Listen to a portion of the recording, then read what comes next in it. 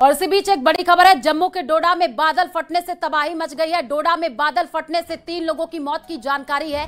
डोडा में अचानक आए सैलाब से कई परिवार प्रभावित है। डोडा में राहत और बचाव का काम चल रहा है। जम्मू में खतरे के निशान से ऊपर तवी नदी बह रही है। जम्मू में माता वैष्णो देवी यात्रा रोक दी गई है। जम्मू कश्मीर में कई नदियां उफान पर बह रही हैं। खराब मौसम के चलते माता वैष्णो देवी यात्रा पर रोक लगा दी गई है। बड़ी खबर इस वक्त आपको बता रहे हैं, जम्मू के डोडा में बादल फटने से तबाही है और डोडा में बादल फटने से 3 लोगों की मौत की जानकारी है। डोडा में अचानक आए सैलाब से कई परिवार प्रभावित हो गए हैं। डोडा में राहत और बचाव का काम लगातार जारी है और आपको ये भी बताते चले कि जिस तरीके से वहां पर तबाही नजर आ रही है, इसी को देखते हुए जम्मू में माता वैष्णो देवी यात्रा पर फिलहाल रोक लगा दी गई है। जम्मू कश्मीर में कई नदियां उफान पर बह रही हैं। खराब मौसम के चलते माता वैष्णो देवी यात्रा रोक दी गई है।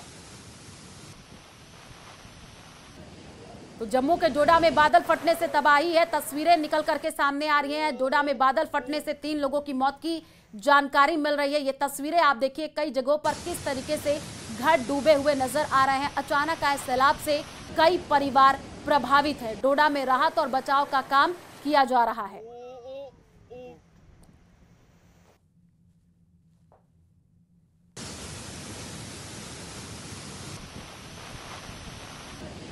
सवाई माधोपुर के जड़ावता गांव में भारी बारिश से व्यापक पैमाने पर नुकसान हुआ है, जिसके कारण खेतों में मिट्टी का कटाव होकर के गहरी खाई बन गई है, जिसकी जद में आने से 1 मकान, 2 दुकान और 1 मंदिर जमींदोज हो गए हैं। साथ ही 4 मकान खाई के मुहाने पर आ गए हैं, जो किसी भी वक्त धराशायी हो सकते हैं। वहीं आरोप है कि संकट की घड़ी में जिला प्रशासन द्वारा ग्रामीणों को कोई मदद उपलब्ध नहीं हो सकी है। ग्रामीण अपने स्तर पर ही बचाव और राहत कार्य में जुटे हैं। वहीं इसी के साथ कृषि मंत्री डॉक्टर किरोड़ी लाल मीणा के प्रयासों से ग्रामीणों को थोड़ी राहत मिल सकी है, लेकिन मिट्टी के कटाव होने का सिलसिला अभी भी लगातार जारी है। खेतों में पानी आने का सिलसिला अभी भी थमा नहीं है और ऐसे में नुकसान और मकान गिरने की संभावनाएं प्रबल हो रही हैं। सर देखो, आप देख रहे हैं जो घटना है आपके सामने है। ग्रामीण अपने स्तर पर ही काम कर रहे हैं। प्रशासन यहाँ पे नहीं है। प्रशासन जब भी आए थे, जब डॉक्टर किरोड़ीलाल जी आए थे यहाँ पे, आपदा मंत्री, तो तभी उनके साथ ही आए थे। डॉक्टर किरोड़ीलाल जी मीणा ने जो पानी डाइवर्ट किया उससे ये पानी इधर निकल गया, नहीं तो ये मकान गिर जाता। और उनका काफ़ी सहयोग रहा है।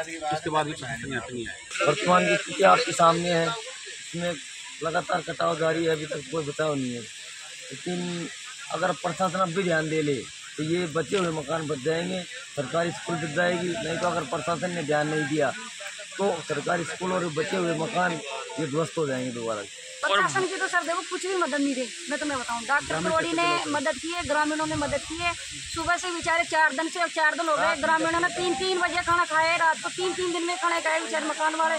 तो इसकी कोई भी मदद नहीं है प्रशासन की। तो प्रशासन तो जब मदद पे आया था कि गवर्नमेंट स्कूल पास में आ गई और जब करती करती जमी जा रही थी, जब प्रशासन पास में आया था 3 दिन पहले प्रशासन का आता पहले, ये बताओ मेरे को आप। अगर टाइम पे आता तो बताया जा सकता था। टाइम पे आता तो मतलब वो मकान भी बच जाता।